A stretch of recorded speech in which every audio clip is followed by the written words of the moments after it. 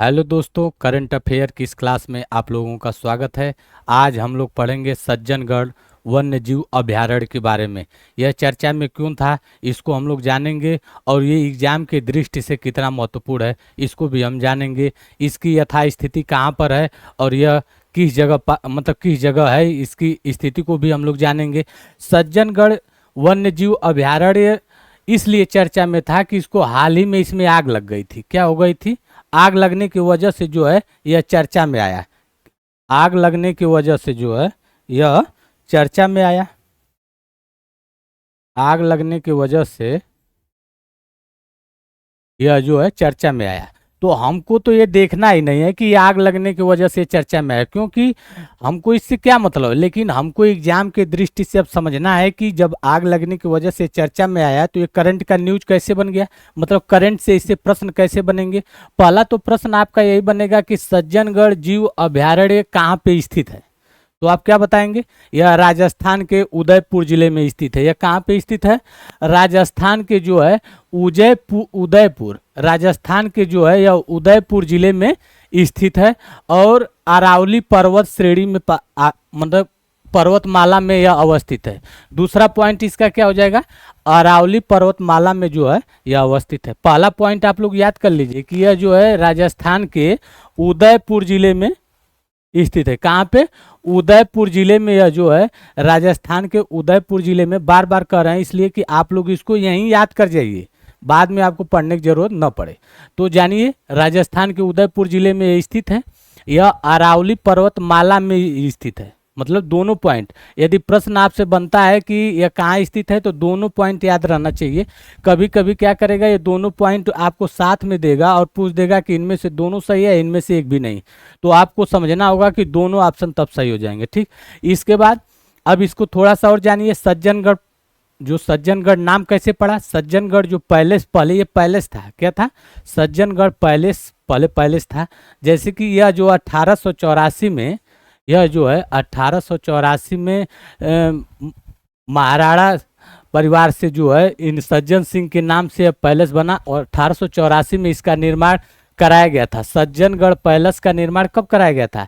1884 में वहाँ के राजाओं ने इसका निर्माण करवाया। इसको जो है मानसून पैलेस के नाम से भी जाना जाता है। इसको जो है मानसून पैलेस के नाम से भी जाना जाता है। इसके बाद देखिए, ये मेवाड़ के राजवंश थे। मेवाड़ के राजवंश थे सज्जन सिंह। उन्हीं के नाम पे सज्जनगढ़ पैलेस का नाम रखा गया। क्या रखा गया? सज्जनगढ़ पैलेस का नाम जो है इन्हीं के नाम पे रखा गया, इन्हीं के नाम पे रखा गया। लेकिन इसको जो है 1987 में इसको जो है वन्य जीव अभयारण्य घोषित कर दिया गया। क्या कर दिया गया? 1987 में जो है इसको वन्य जीव अभयारण्य घोषित कर दिया गया। सरकार द्वारा इसको जो है घोषित कर दिया, क्योंकि सरकार की संपत्ति थी। आज़ादी के बाद जो है यह सरकार की संपत्ति हो गई थी। उसके पहले ये राजा वंशज की संपत्ति थी, लेकिन आज़ादी के बाद जो है यह सरकारी संपत्ति हो गई और इसको जो है 1987 में भारत सरकार ने क्या कर दिया? वन्य जीव अभयारण्य घोषित कर दिया। कारण क्या था? यहाँ पे आपका जो है जंगली सुअर पाए जाते हैं। क्या पाए जाते थे? जंगली सुअर, जंगली सुअर,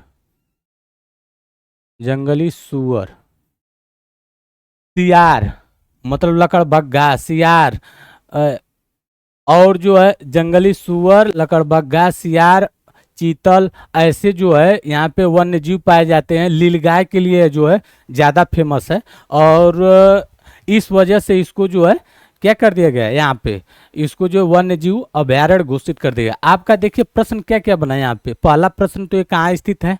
ये सज्जनगढ़, इसका नाम क्यों पड़ा?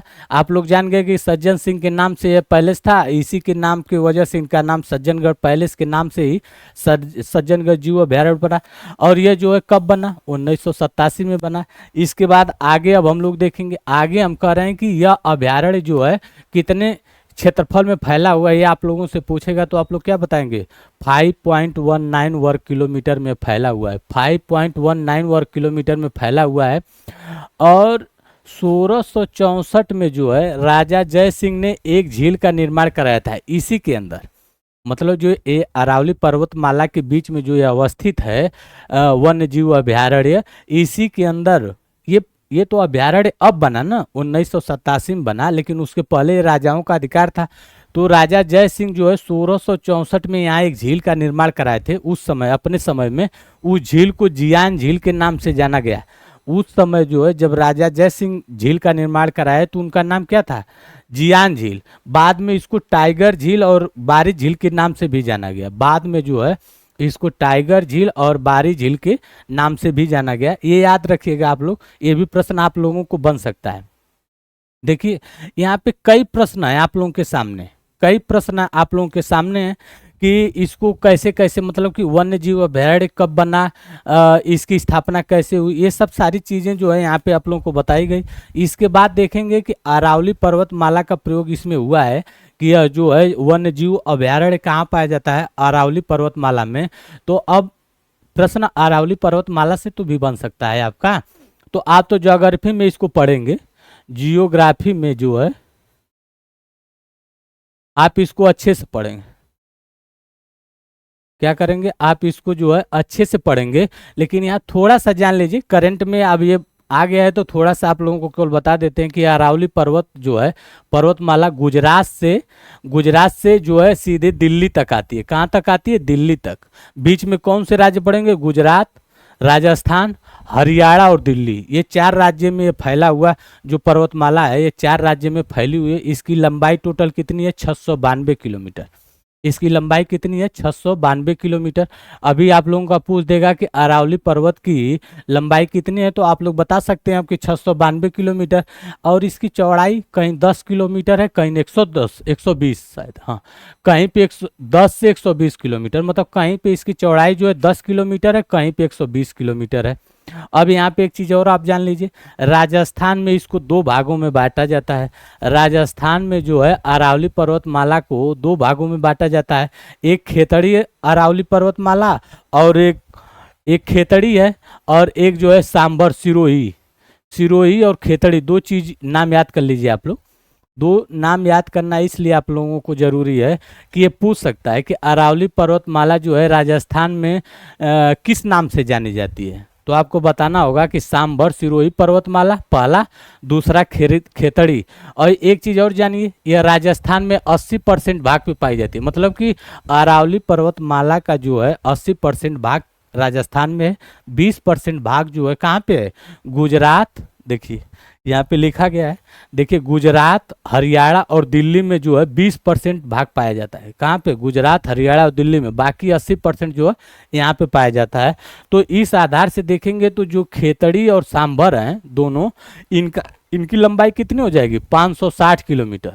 तो अर्थात अब आपसे पूछ देगा कि राजस्थान में अरावली पर्वतमाला की लंबाई कितनी है, तो आप लोग बता सकते हैं ना, केवल राजस्थान में। यदि राजस्थान में पूछता है तो आप क्या बताएंगे? 560 किलोमीटर। यहाँ पे भी लिखा हुआ है 560 किलोमीटर। एक चीज़ और जान लीजिए, आखिरी प्रश्न आप लोगों को, बस ये आखिरी प्रश्न है कि इसमें जो है ये गंगा के मैदानी क्षेत्र को और थार के मरुस्थल के बीच में पाया जाता है। अरावली पर्वतमाला जो है गंगा के मरुस्थल और गंगा का मैदानी क्षेत्र और थार मरुस्थल के बीच में पाया जाता है। तो ये जो है इन दोनों के बीच में जब पाया जा रहा है तो एक इकोटोन का काम करता है। इकोटोन का यहाँ अर्थ होता है, इकोटोन का मतलब ये है कि संक्रमणीय क्षेत्र। क्या हो गया? इकोटोन का मतलब हो गया संक्रमणीय क्षेत्र। संक्रमणीय क्षेत्र, ये संक्रमणीय क्षेत्र का मतलब ये है कि यहाँ पे दोनों प्रकार की जलवायु पाई जाएगी। क्या हो जाएगी? यहाँ पे दोनों प्रकार की जलवायु पाई जाएगी। इतना ही आज आप लोगों के लिए जो है ये मुख्य बिंदु थे, और इससे जो आने वाले प्रश्न थे उसको हम लोगों ने देखा, और इस क्लास में केवल इतना ही। धन्यवाद।